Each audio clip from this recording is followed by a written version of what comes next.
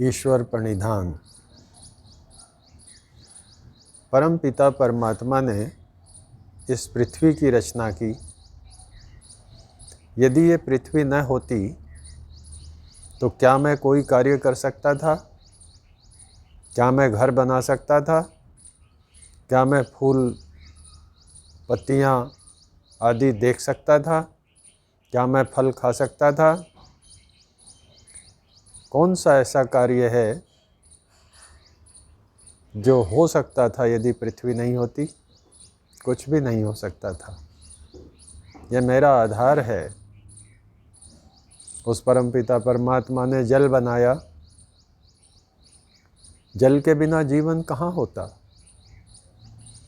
उस जल से मैं कितने काम करता हूँ, उस जल का मैं कितना उपयोग लेता हूँ। और केवल जल ही नहीं बनाया, उस परम पिता ने ऐसी व्यवस्था कर दी कि जो जल बहकर नीचे की ओर समुद्र में चला जाता है और फिर समुद्र से वाष्प बनकर मीठा जल फिर से बादलों के माध्यम से हमारे अंतरिक्ष में आकर फिर से वर्षा कर देता है, फिर पृथ्वी को जल से भर देता है। जल का स्वभाव देखिए, ऊपर से नीचे की ओर बहता है। जहाँ उसे स्थिरता मिलती है वहीं फैलने लगता है। यदि ये उल्टा हुआ करता तो क्या हमारा कोई काम चल सकता था जल से? बिल्कुल नहीं चल सकता था। उस परमपिता परमात्मा ने वायु बनाई। इसमें हम श्वास लेते हैं। केवल वायु ही नहीं बनाई, उसका कॉम्बिनेशन इस तरह का रखा जिसमें हमें जितनी ज़रूरत थी उतनी ऑक्सीजन इसमें हमें दे दी। और हम भगवान को पता था कि हम ऑक्सीजन अंदर लेंगे और बाहर कार्बन डाइऑक्साइड निकालेंगे। तो भगवान ने क्या किया?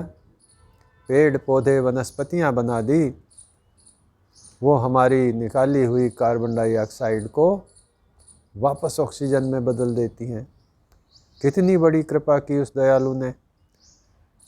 सांस कैसे लेते हैं हम बिना ऑक्सीजन के, बिना वायु के?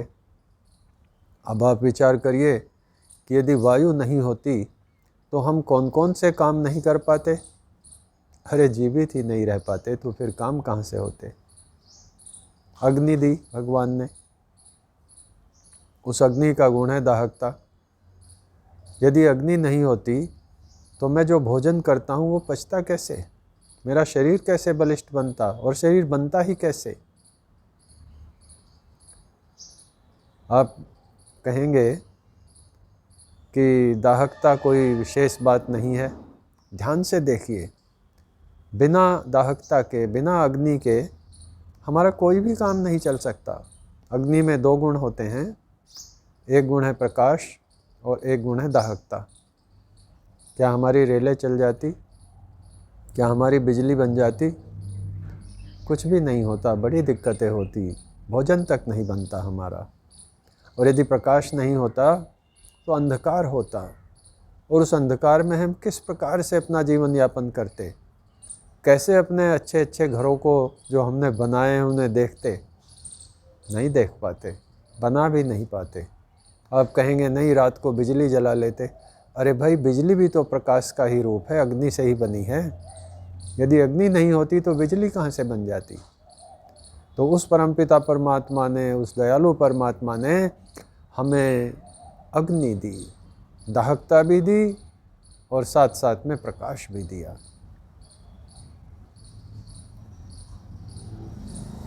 अग्नि दी, पृथ्वी दी, वायु दी और आकाश। आकाश के बिना हम जहाँ बैठे हैं वहीं बैठे रहते। हमारा हाथ भी नहीं हिल सकता था, मैं बोल भी नहीं सकता था, क्योंकि ये सारा का सारा जो अंतरिक्ष, जो आकाश दिया है परमपिता परमात्मा ने, ये रिक्त है। इसलिए हम चल सकते हैं, फिर सकते हैं, बात कर सकते हैं, हाथ हिला सकते हैं, हमारे वाहन चल सकते हैं, हमारी ट्रेनें चल सकती हैं, हमारे वायुयान चल सकते हैं। और यदि ये ठोस होता और ये आकाश अंतरिक्ष पोला ना होता तो हम किस तरह से अपने काम कर लेते? कर ही नहीं सकते थे। एक और दूसरा गुण है शब्द आकाश का। तो जो हम शब्द बोलते हैं, जो आज हमें अमेरिका में बैठे हुए यहाँ भारत में सुन जाता है, वो कैसे सुनता? बिल्कुल भी नहीं सुन सकता था। जो हम टीवी पर देखते हैं वो बिल्कुल भी नहीं देख सकता था। ये सारा का सारा आकाश के कारण है। आकाश की रिक्तता और उसमें जो प्राण शक्ति फैली हुई है, उसके कारण ही ये सारे के सारे कार्य हमारे हो रहे हैं, वही इसका माध्यम बनती है। ये बड़ा शोध का विषय है। तो साधकगण, उस परमपिता परमात्मा ने हमें पृथ्वी दी, उस परमपिता परमात्मा ने हमें जल दिया, उस परमपिता परमात्मा ने हमें वायु दी, उस परमपिता परमात्मा ने हमें अग्नि दी, और उसी परमपिता परमात्मा ने हमें आकाश दिया। और इन पांचों के बिना हमारी जिंदगी का कोई भी कर्म नहीं हो सकता था। अब आप शरीर की तरफ देख लें। मैं अलग हूँ, आत्मा अलग है, शरीर अलग है।